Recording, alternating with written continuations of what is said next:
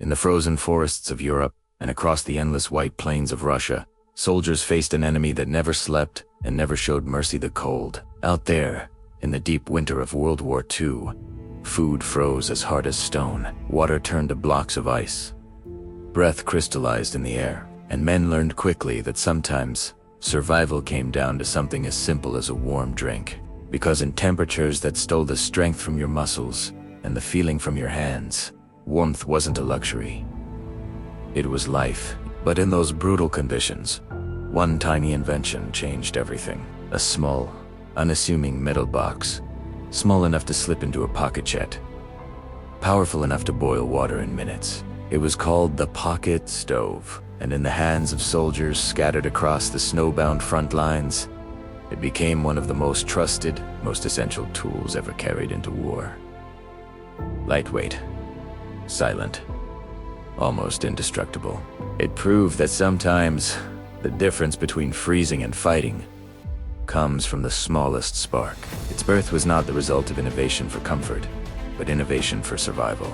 Early in the war, troops were issued bulky cookers and liquid fuels. This simply didn't work when the temperature fell below zero. Kerosene thickened and froze. Matches were snuffed out by the wind, and open flames could reveal a soldier's position like a beacon in the night. What soldiers needed was something simple, something reliable. Something that worked in silence, in storms, and in the dark without smoke, without noise, without failure. That need led to the creation of the Espit pocket stove. Designed in Germany in the 1930s by Erich Schum. The Espita name born from Erich Schum Brennstoff in tabletenform, meaning fuel in tablet form, was a masterpiece of wartime practicality. It folded down flat into a case no larger than a tobacco tin. Inside, soldiers stored the real magic. Small white fuel tablets made of hexamine. They burned hot, steady, and almost completely smokeless. A single tablet could turn snow into boiling water in as little as 8 minutes, even in temperatures that could freeze exposed skin in seconds.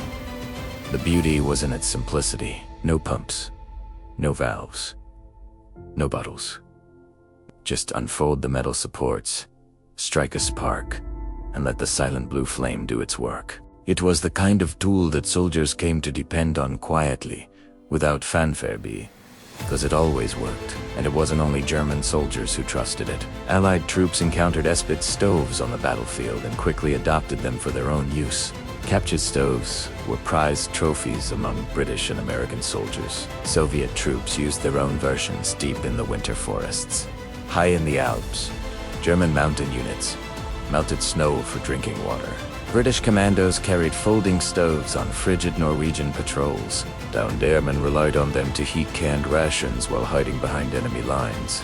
In survival manuals of the era, the little folding stove earned a simple nickname: the soldier's friend. Because in a world where cold could kill as surely as a bullet, a warm cup of tea wasn't just comforted with strength, morale, and a moment of humanity in the harshest conditions on Earth.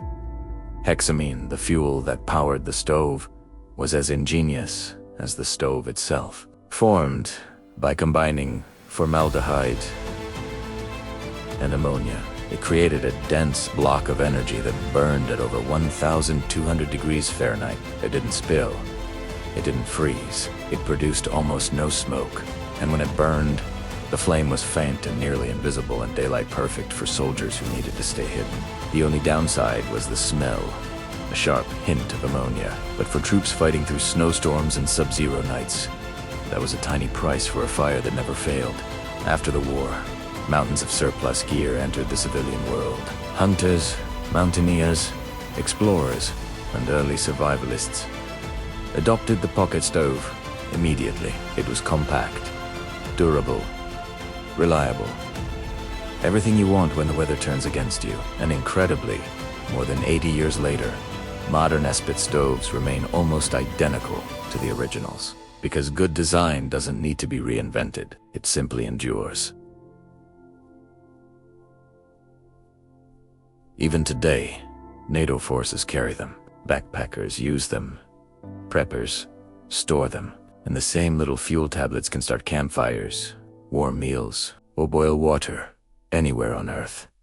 If you ever need a survival stove of your own, the principle hasn't changed.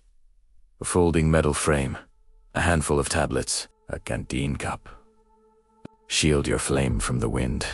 Set your pot over the burner. And I'll have boiling water in minutes just. Like the soldiers who relied on this setup generations ago. Because the pocket stove wasn't just a tool, it was a philosophy. A symbol of independence, resourcefulness, and readiness. Soldiers couldn't rely on supply chains or luck. They had to carry what mattered most. And the lesson remains true today. Survival often depends not on complex systems, but on simple, reliable tools that work when everything else fails. In the end, perhaps the greatest lesson the pocket stove offers is this: comfort, even in the smallest form, can give a person the strength to endure the unimaginable. For a soldier stranded in the snow, a steaming cup of tea was more than warmth. It was hope. Hope. The little metal stove that boiled water in a frozen world remains one of history. Most underrated inventions. Quiet hero of survival.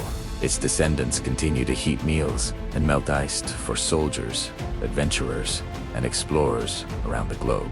And if stories like this speak to you, stories where simple tools shaped history, where survival came from ingenuity rather than luxury, then be sure to subscribe to In the Beginning and share this with other history lovers and survival-minded viewers. Because the greatest lessons from the past aren't just about battles. They're about how ordinary men, facing extraordinary hardship, turned necessity into invention, and how those inventions still keep us alive today.